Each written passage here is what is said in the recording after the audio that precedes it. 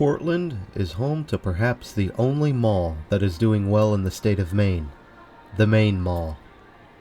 Although it has taken hits in the form of anchors, it is still pushing on through these troubled times. Let's go get a look inside.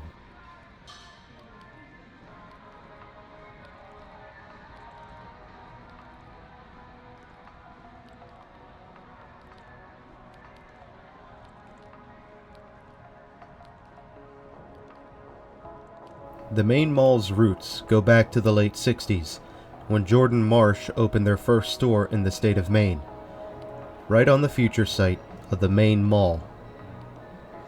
The mall itself would accompany Jordan Marsh in 1971, along with the opening of a Sears store.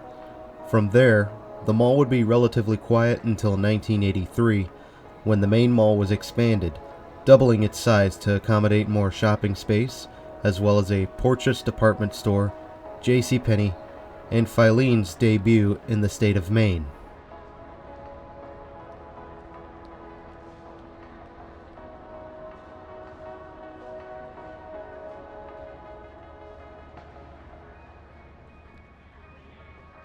Things were going relatively well for the Maine Mall, and a $6.5 million renovation would bring forth a new food court, a Lechmere, and a Dream Machine arcade. However, in 1996, Porches would close its doors, the space being rebuilt into a two-floor layout with a Sports Authority on the upper level, while Filene's would open a home store on the lower level. As a side note, Sports Authority was only accessible by escalator, and the set of escalators leading to the store was the only mall set in the entire state of Maine.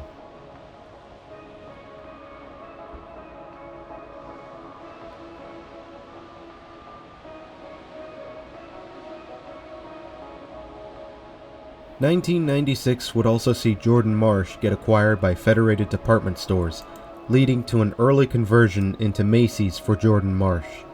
In 1997, Lechmere, as well as a Woolworth store present at the mall, would close shop. But these two would be replaced by Linens and Things and Best Buy.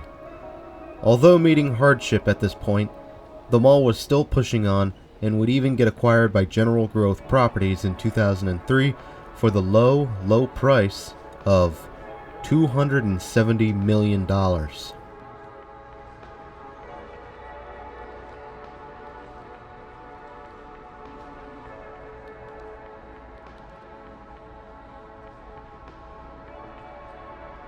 (2005) would see Filene's get acquired by Macy's, though Macy's would shut both the Filene's main store and the Filene's home store, as Macy's already had a presence at the Maine Mall thanks to Jordan Marsh.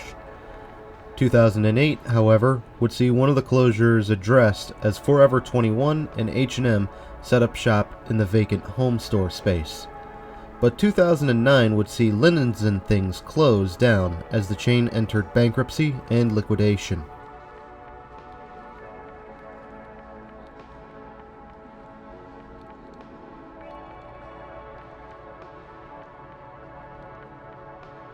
At the tail end of 2012, there were musings of Bon-Ton coming to open a new store in the former Filene space. And in September 2013, those musings would come true as Bon-Ton opened up their only store in Maine and made the Maine Mall a fully fledged destination once more. And the mall would enjoy a few more years of prosperity.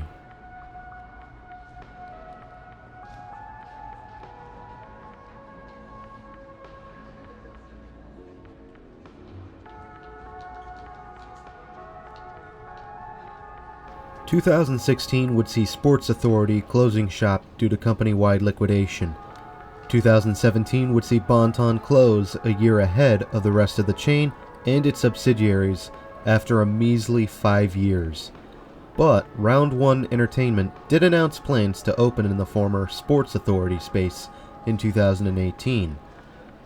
And in 2019, Jordan's Furniture would announce plans to take over the old Bon-Ton space in July 2020. But then, in 2020, we would see the start of a dark age upon the nation. And no, it was not the departure of Sears in September 2020.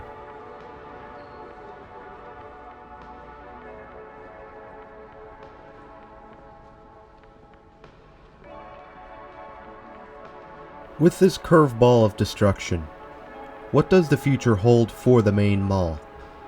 Well, early on, a plan was announced in November to convert excess parking space into recreation and residential spaces. This would be part of a greater movement to reduce urban sprawl and traffic congestion while bolstering public transportation opportunities. Brookfield Properties, whom took over the mall after the merger with General Growth, has also agreed to plans which would bring forward parking garages with green space, along with hotels and a convention center. These are bold plans going forward, but we can only wait and see at this time if they come to fruition.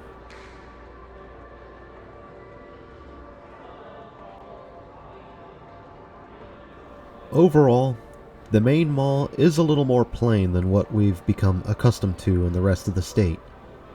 It's not the flashiest mall out there, but at the same time, it's not the blandest mall I've been to.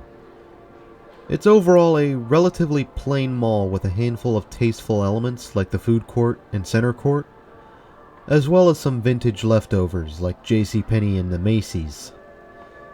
Overall, I kinda like it.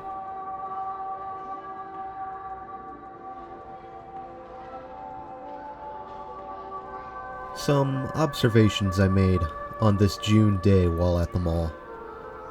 This mall was somewhat packed, and I was lucky to get the footage I did with this place. Despite the coof, as some call it, people wanted to shop, and they sure did. Any parts where the crowds look thin, I was lucky to get that. Second, the Apple store had its own private security detail standing out front of the store.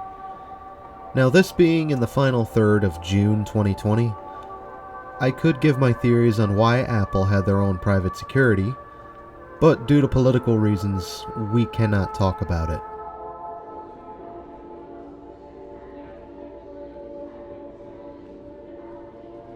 My third and final observation, Sears was open the day I was here, and literally, as soon as I left the state of Maine, someone notified me that Sears had announced they were closing at this mall, and the liquidation signs were due to go up within the next week.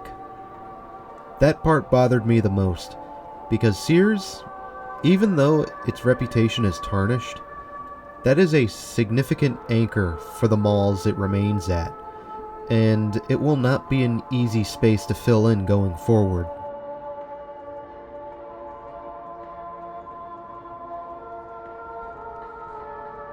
As we get ready to wind down and leave, I want to thank you for joining me on this tour of the Maine Mall, and I think it's a fair mall to represent the state of Maine. Not doing the best, but it is holding out just fine for now. As we depart the mall, I invite you to share your own thoughts on this mall and any updates if you're a local. Additionally, do subscribe for more going ahead. I still have one more mall to look at in Maine and one in New Hampshire.